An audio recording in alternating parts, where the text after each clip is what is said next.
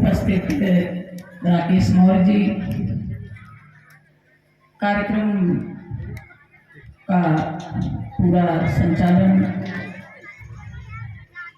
और इस कार्यक्रम के आयोजक केपी साकी जी, उनकी पूरी टीम, मंच पर आसीन सभी अतिथिगण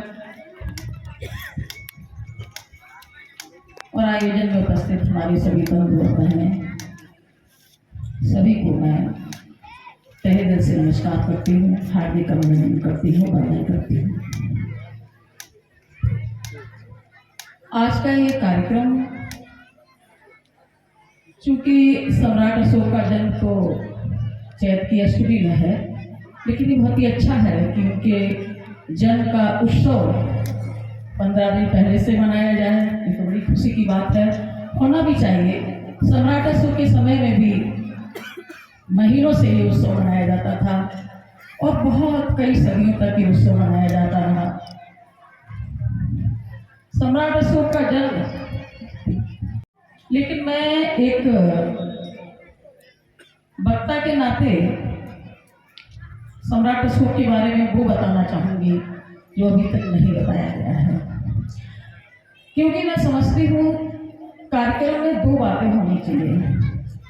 या तो ये होना चाहिए कि हम उनके बारे में ले आए हैं, उनके बारे में, सम्राट अशोक के बारे में, बुद्ध के बारे में कुछ नया जानने आए हैं, या हम उनके सपनों का भारत बनाना चाहते हैं तो वो कैसे बनाया जा सकता है। मैं समझती हूँ इन दो बिंदुओं पर अगर चर्चा हो तो ज़्यादा बेहतर है, क्योंकि बहुत ज़्यादा वही बात रिपीट करना जो एक बार हो गई, दो बार हो गई, बार बार हो रही है, हर बार हो रही है, उसका निष्कर्ष कुछ ना निकले तो कोई मतलब नहीं बनता। बहुत ज़्यादा देर तक हम समस्याओं का बखान करते रहें और समस्याओं का निदान न निकले तो कोई मतलब नहीं बनता।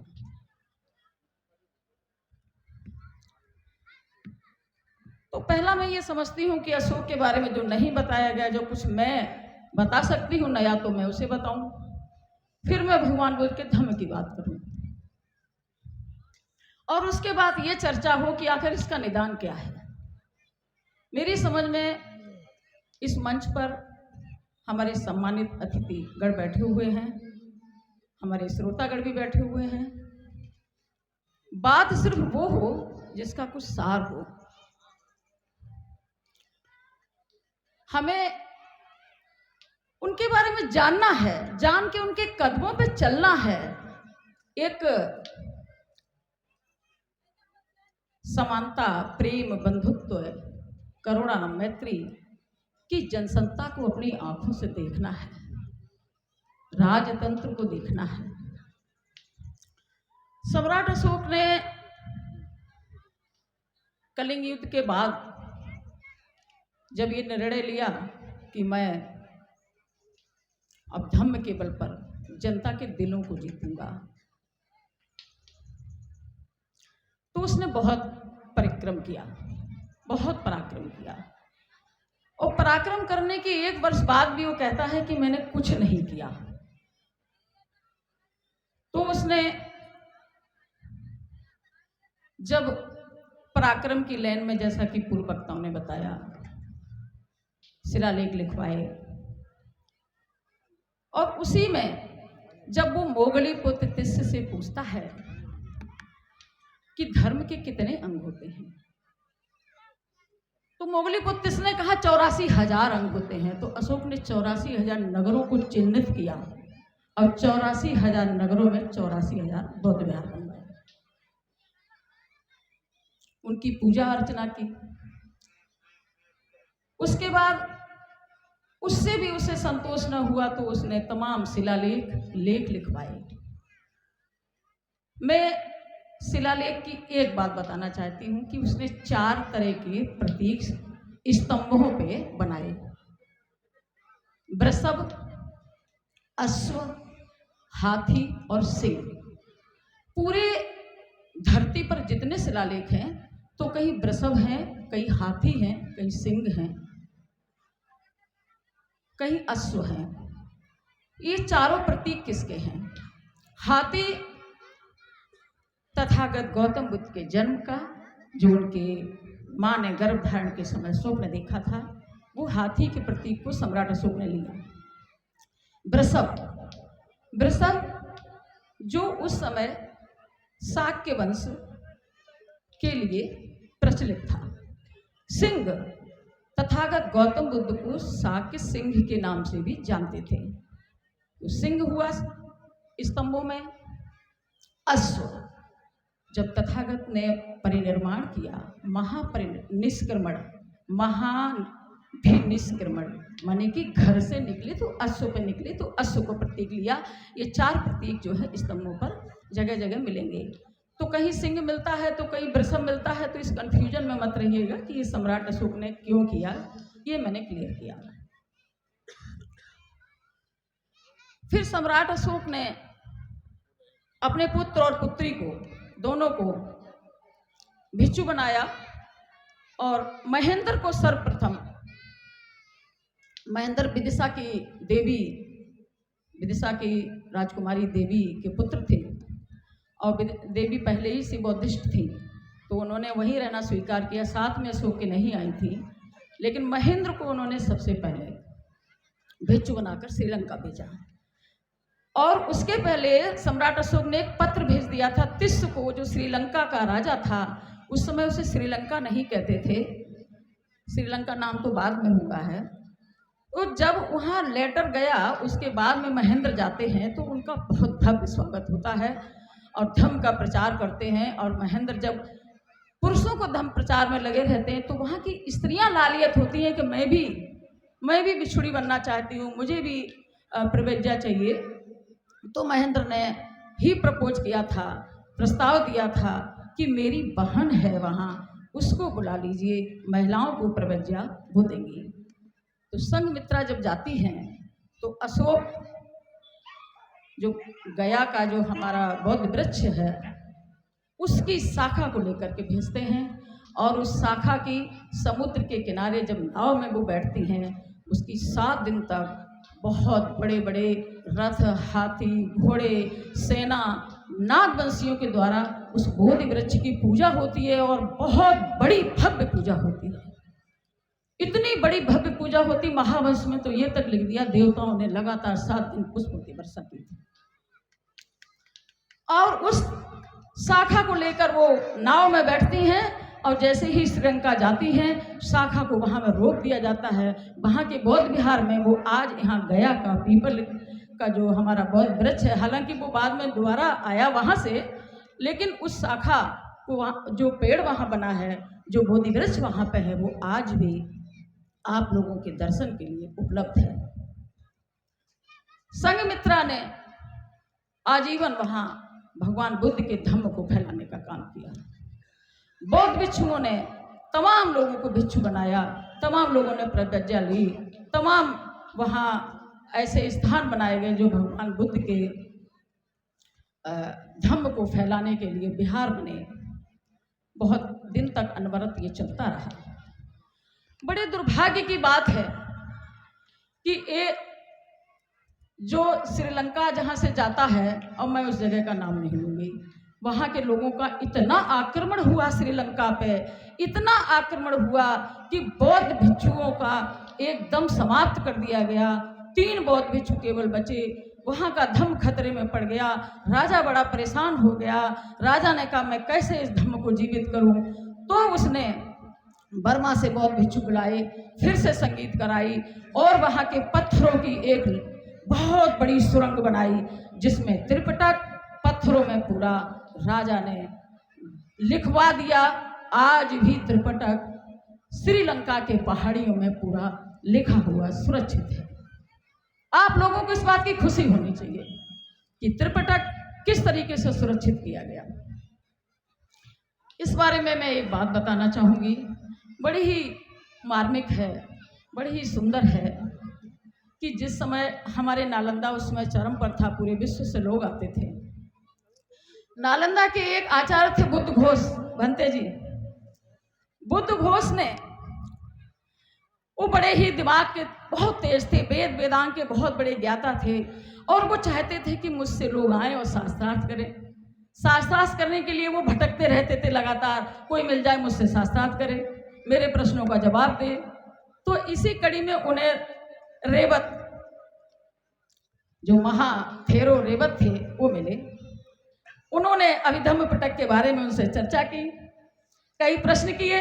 अभिधम्म पिटक की जब वो जवाब नहीं दे पाए तो वो कहते क्या हैं, बुद्धघोष जाइए श्रीलंका में, अगर पूरा अभिधम्म जानना चाहते हैं, पूरा त्रिपिटक जानना चाहते हैं तो चाहिए श्रीलंका में, और पढ़ के आइए और कुछ लिख के लाइए। मेरी तो उम्र हो गई है, तुम ही कुछ आगे धम्म को बढ़ाइए।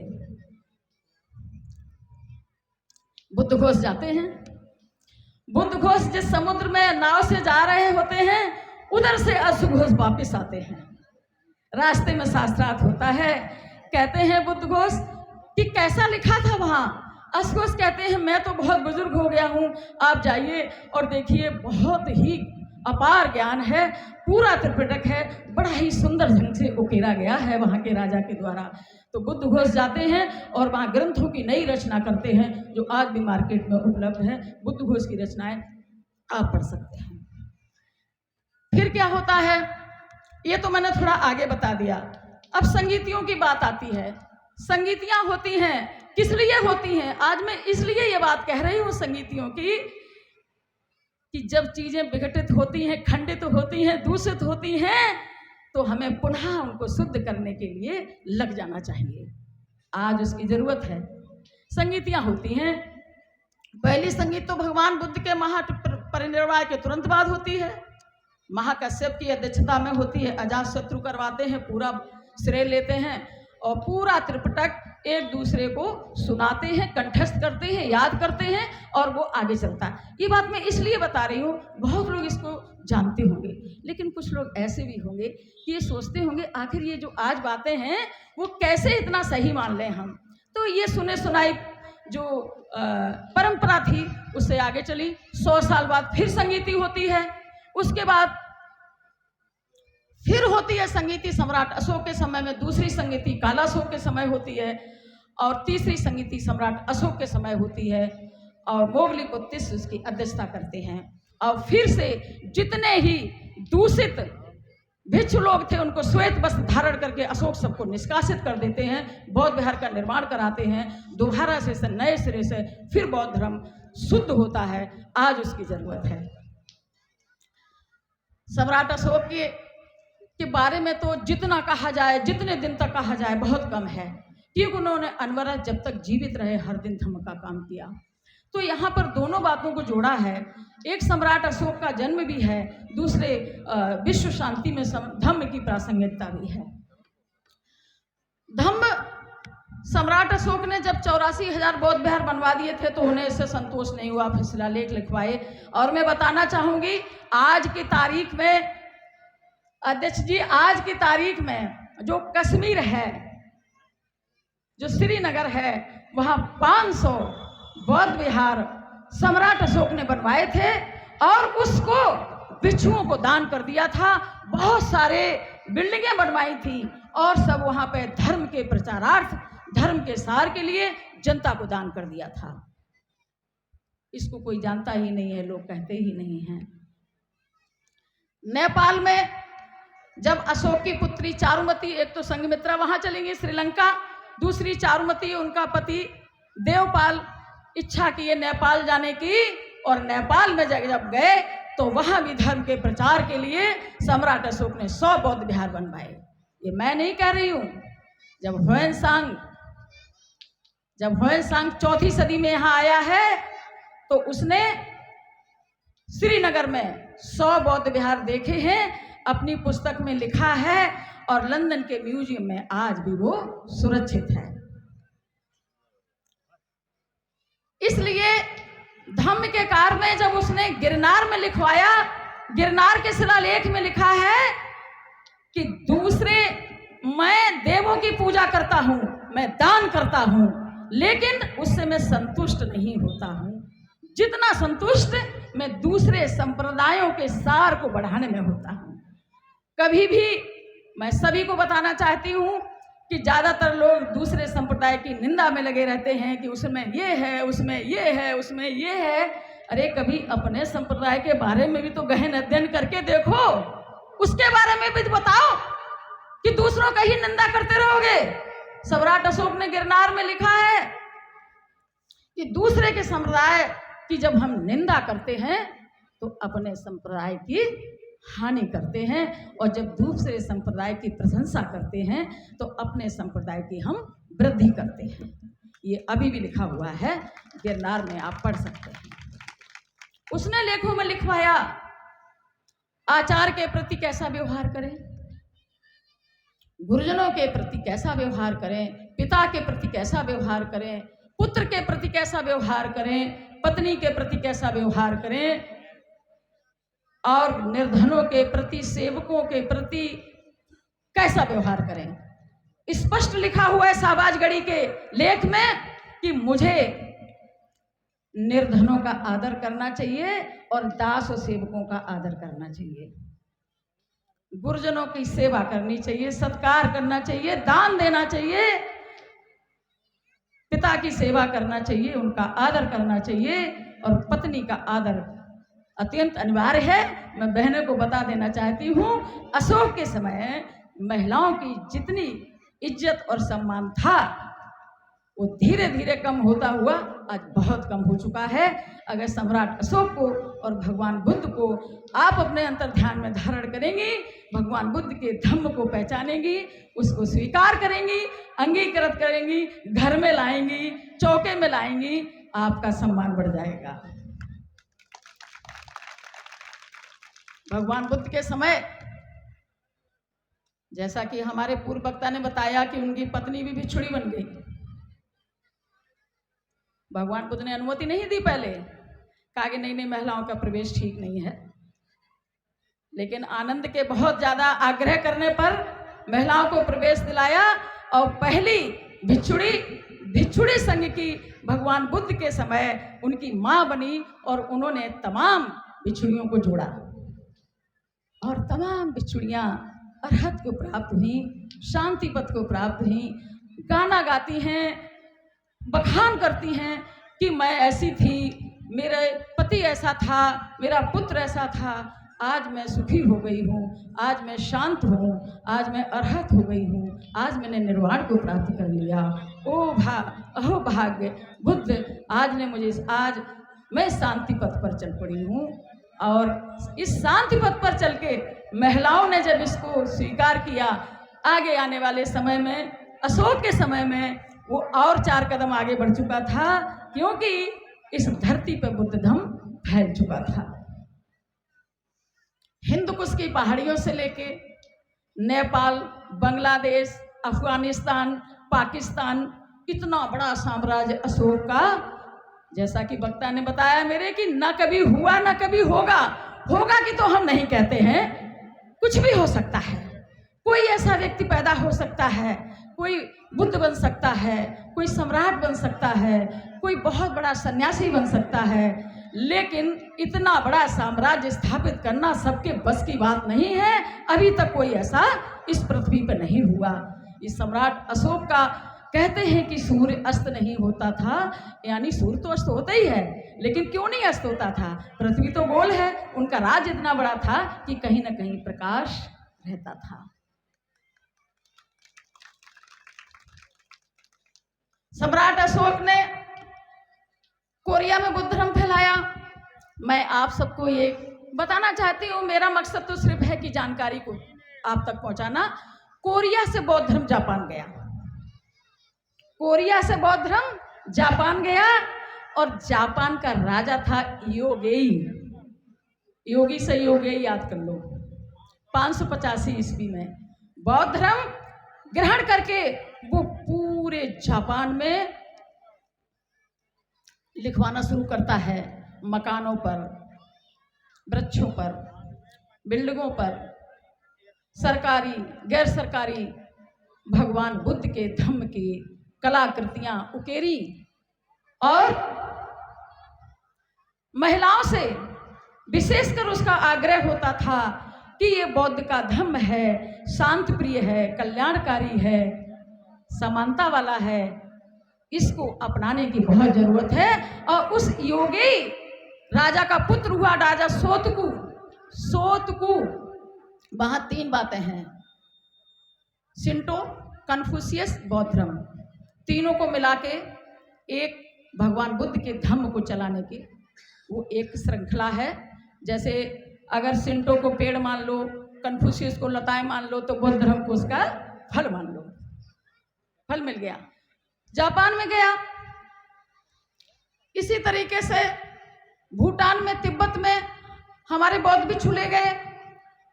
एक बड़ी ही मजे की बात मैं बताना चाहूंगी, जो चौथी संगीति होती है, कहाँ होती है बताइए भाई? चौथी संगीति कहाँ हुई? पाकिस्तान में, कुंडलवन में जब होती है संगीति, तो उस समय वसुमित्र उसके अध्यक्ष होते हैं, अशोक घोष भी उसके उपाध्यक्ष होते हैं। पहली संगीति है जिसमें उपाध्यक्ष भी हुआ। उस राजा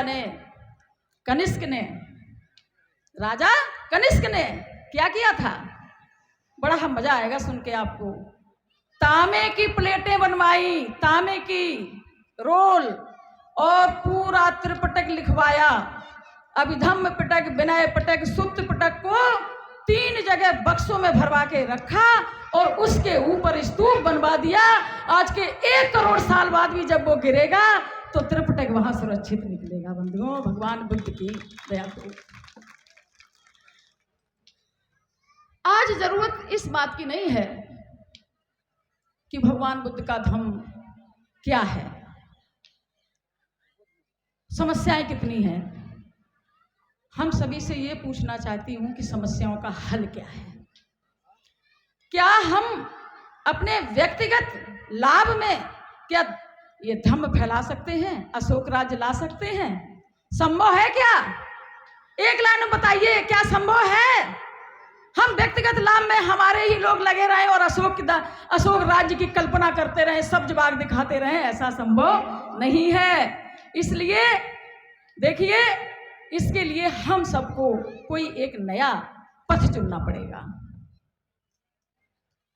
ये तो सबने कह दिया कि अशोक राज जाएगा, अशोक राज में ये, और ये ढेरों समस्याएं, संविधान भी खत्म हो रहा है, हमारी शिक्षा खत्म हो रही है, हमारा रोजगार खत्म हो रहा है, हमारा पूरा देश बिक रहा है। अब अडानी पूरे देश की संपत्ति को लेकर भाग रहे हैं। क्या करेंगे आप? क्या करेंगे? किस लायक हैं? नहीं, उससे हमें कोई मतलब भी नहीं है इन चर्चाओं से। हमारा मतलब ये है कि हम सब कैसे इसको इकट्ठा होकर बचा सकते हैं। तो व्यक्तिगत लाभ में जब तक सब लगे रहेंगे, भगवान बुद्ध ने ये सिखाया था कि दूसरों के कल्याण करो, आपका कल्याण खुद होगा। दूसरे को शांति दो, आपको शांति खुद मिलेगी। दूसरे को सुख दो, आपको सुख अपने आप मिलेगा। इसीलिए मेडिटेशन कराते हैं बंधुओं। मेडिटेशन में क्या होता है कि जब हम क्रोध करेंगे तो अपने ही अंदर अग्नि की ज्वाला जलाते हैं जो हमें नष्ट करती है, और जब हम शांत होते हैं, सुखी होते हैं, तो हम अपना जीवन बढ़ाते हैं, अपनी ही बीमारियों को खत्म करते हैं। तो हम सोचते हैं कि दूसरा का उपकार कर रहे हैं, ऐसा उपकार हम किसी पर नहीं कर रहे हैं, उससे ज़्यादा हम अपना उपकार करते हैं। हमारा अपना उपकार होता है जब हम सुखी होते हैं। अगर कोई भी बात, आज से आप लोग गांठ बांध लीजिएगा, घर जाइएगा, आपका मन करे किसी को डांटने का और आप डांटिएगा नहीं, उसके बाद सोचिएगा कि ना डांटने के बाद में कितना मजा आया और डांटने पे कितना कष्ट हुआ था। किसी दिन डांट के देख लीजिएगा, आग बबूला हो जाएंगे, प्यास लग जाएगी, जीभ सूख जाएगी, बाल खड़े हो जाएंगे, रोंगटे खड़े हो जाएंगे, और उसके बाद में कहेंगे हम खाना नहीं खाएंगे। और जब माफ कर दिया, वो सुख जितना बड़ा, ये भगवान बुद्ध ने सिखाया है। भगवान बुद्ध का धम्म लोकप्रिय धम्म है, सनातन धम्म है। सनातन शब्द की मीनिंग मैं बताना चाहूंगी। सूर्य रोशनी देता है, ये सनातन है। आग गर्मी देती, ये सनातन है। पानी ठंडक देता, ये सनातन है। प्यास पानी पीने से बुझती, ये सनातन है। सनातन वो चीज नहीं है जो कल थी और आज है ही नहीं। इसी को सनातन धर्म कहते हैं। दूसरे शब्द में यही प्राकृतिक धर्म है। तो लोक कल्याणकारी है। राजसत्ता कैसी हो, सम्राट अशोक ने सिखाया था, लेखों पर लिखकर काम करके। राजसत्ता कैसी हो, सबके कल्याण के लिए हो। जिस तरीके से उसने काम किया सबके कल्याण के लिए, गरीब से लेके अमीर तक, आचार से लेके निरक्षर तक, वैसा काम, वो एक सुनहरा समय था। उसने जो काम किया सबको समान रख के किया। महामात्र को उसने लगाए, अधिकारी लगाए, तनख्वाहें दी 1 लाख पर उस समय, मात्र इसलिए कि जाके हमारी बहनों से कहो कि पंचशील ग्रहण कर लें और कुछ मत करें। क्या कहें? अधिकारी क्या करते थे? जाके पंचशील ग्रहण कराते थे, चौपाल लगाते थे। अधिकारियों का ये काम नहीं था किसी को मारें, डांटें और दंड दें। पंचशील, जुआ नहीं खेलेंगे, चोरी नहीं करेंगे, ये सारा जो कि आप रोज सुनते हैं, ये पंचशील अपनाने का काम, कंठस्थ कराने का काम, पालन करने का काम सम्राट अशोक के अधिकारी महामात्र कराते थे। तो क्या होगा जब आपको पता है मेरा पड़ोसी ताला तोड़ के चोरी नहीं करेगा, तो आप ताला बिना लगाए चले जाएंगे ना घर से। तो उसी को कहते हैं कि ताला नहीं लगता था। तो मेरे कहने का मतलब ये है कि निदान ढूंढिए, रोना रोने से कुछ नहीं होता, समाधान ढूंढिए, घबराने से कुछ नहीं होता। और इसी के साथ बहुत सारी बातें हो गई हैं, तो मैं अपनी बात को बंद करती हूँ और यहाँ पर उपस्थित सभी लोगों को धन्यवाद देती हूँ जो मुझे सुना शांति से। बहुत बहुत धन्यवाद। कार्यक्रम बड़ा ही अच्छा है, संचालक महोदय और उनकी टीम की बड़ी मेहनत है। सभी को बहुत बहुत धन्यवाद।